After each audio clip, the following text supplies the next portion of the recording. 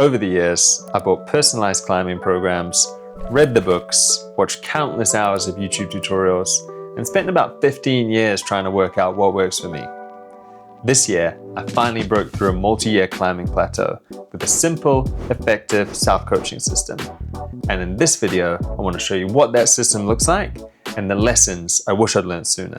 Let's get into it. So let me break down what I typically try and fit into my training week and why. So let's start with finger strength and warm up. Finger strength is one of the strongest predictors of climbing ability. And it's something that takes a really long time to develop, which is why it's always going to have a spot in my training plan.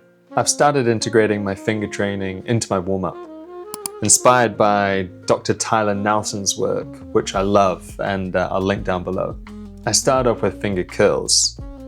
I typically do 3 sets of 4 reps, building up in intensity. So around like 50%, 75%, then heading towards the max. Then after that, I'll typically do 3 sets of 3 reps of more of your typical isometric pull, where you're like holding that locked off, in my case, half crimp position. Again, building the intensity from around 50, 75, heading towards that max. So I'm fully recruited, ready for my session. What I love about this is it really takes out the guesswork of when am I going to do my strength training. It just means that I get it done at the start of every session.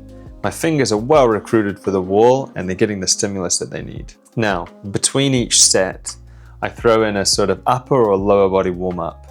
Typically I do things like squats, lunges, I do things for the upper body, more sort of like push-ups, scapular engagement, both with 2 arms and then eventually down to 1 arm.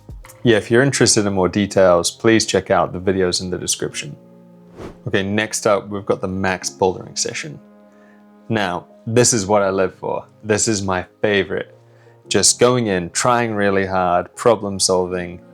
If I could just do 1 session in a week, this would be it. So sometimes for me, the session is really structured. It'll be 3 boulders with 5 attempts per boulder. 2 minutes rest in between each of those attempts, and about a 5-minute rest in between boulders. Yeah, I really love the sort of razor focus you need to have when you're limited on attempts. If you're interested in trying that, it's called a style triad in the Crimpd App. Other times, the sort of max bouldering session can be quite relaxed. If I'm climbing with some friends, essentially just building up the grades, getting to that sort of like projecting level and just trying a few hard climbs. This time, not really limited on how many boulders, or not really limited on attempts either.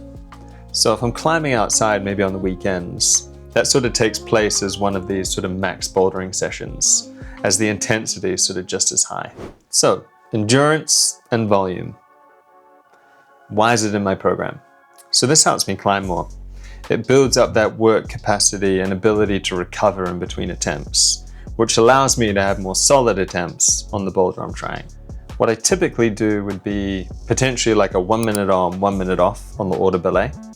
Or what I've liked recently is something called like a drop interval session, where you essentially pick 6 different boulders, climb them one after the other with as little rest as possible, and then rest 2 minutes and do that 6 times. So we call it like a 6x6. Both of these you can find in the Crimpd App. What I really like about the 6x6 is that you pick the 6 boulders and you can base them off your own goals. So for example, if I want to work on pinches or really need to get some more toe hooks in there, I'll be picking these boulders that are really related to my own goals. Weaknesses session. So I also have a session that targets my weaknesses. So targeting the low-hanging fruit can be one of the easiest ways to bring up your overall climbing ability. For me, that's slab climbing mostly and a little bit of sort of gym style coordination moves. So what I do, I drop the grades and I focus on the movement styles I find difficult. So for slab, that's focusing on how to hold on to little holds, how to work with the tiny little feet and move my body in the right way. So how to keep it useful. So the intensity is lower. The focus here is technique, not fatigue. Strength and conditioning. Why is it in my program? So I want to be a strong, healthy, durable athlete. These exercises are supporting that. Shout out to Steve Bachtel and Climb Strong. I've learned loads from those guys. I'll make sure I link them down below. So what do I tend to do? I treat these like mini sessions, typically tagging them on to the end of my climbing workouts. So I'll generally have deadlift, bench, some form of pull-up, core, and leg exercises. So I apply progressive overload, slowly building up the intensity or volume over time. That same principle is something that I apply also to when I'm introducing new exercises, like campusing, for example. First, I start off just as a 50% volume. The next week it was a 75. The week after that, 75 again.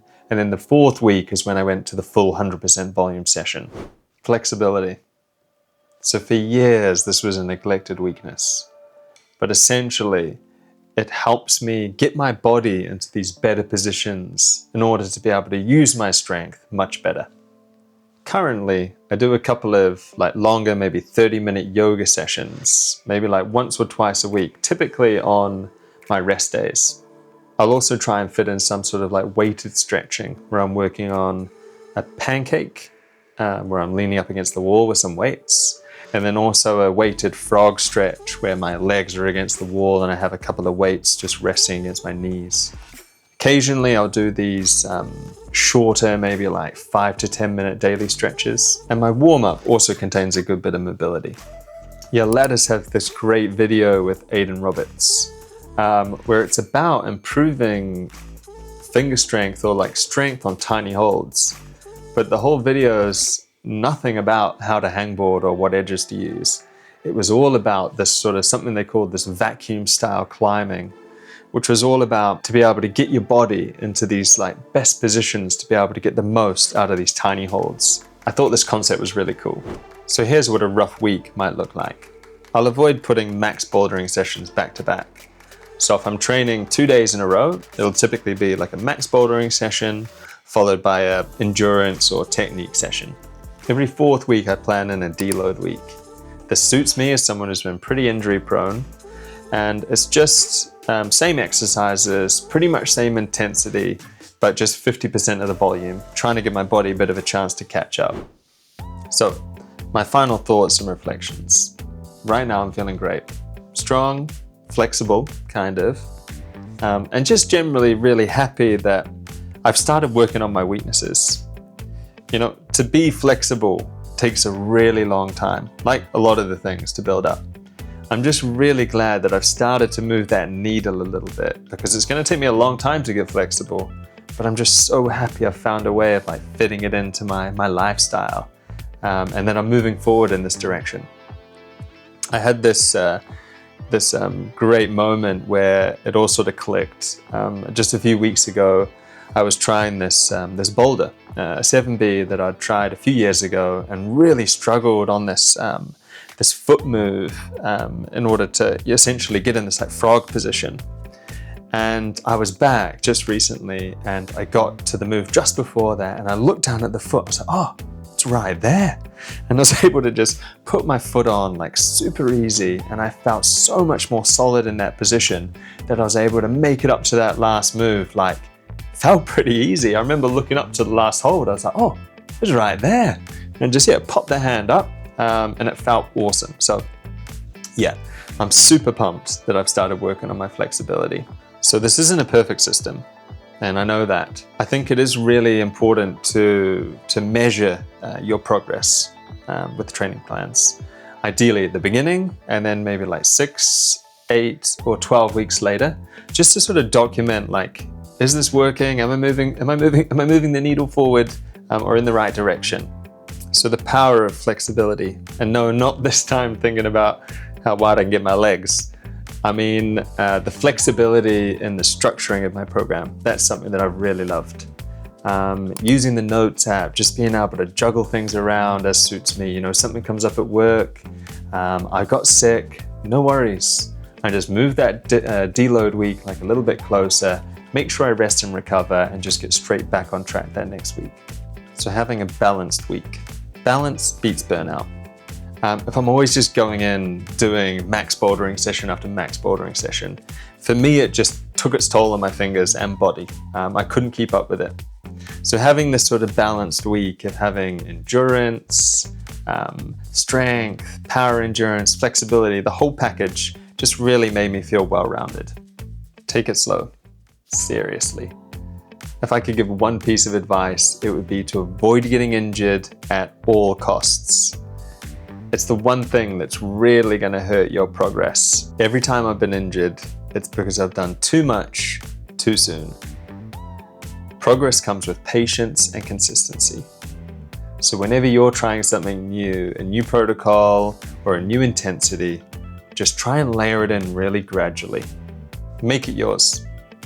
The last thing I'll say is that your plan should really fit you. Your body, your goals, and your experiences. They all really matter.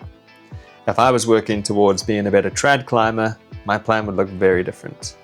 So make sure you're taking that into consideration and making sure that your plan's fitting your desired goals. So I hope there was a few nuggets in here for you. This was a glimpse into my journey so far.